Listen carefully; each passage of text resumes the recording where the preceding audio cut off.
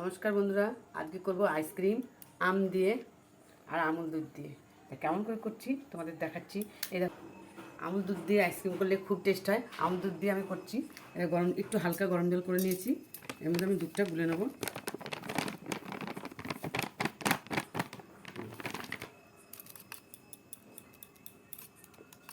এবার আমটাকে কেটে নিচ্ছি।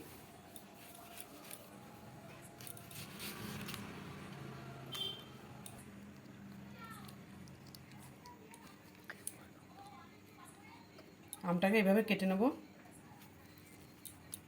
সবগুলো আম আমি এভাবে কেটে নিচ্ছি। আমটা আমি কেটে নিয়েছি, এবার দেবো আমি চিনি। একটু মিষ্টিটা বেশি করে দেবো, কারণ আইসক্রিম তো একটু মিষ্টি হলে বেশি ভালো লাগবে। আর দেবো একটু দুধ, অল্প দেবো, পরে আবার দেবো। এটাকে আমি পেস্ট করে নেবো। এবার আমটা আমি পেস্ট করে নিয়েছি।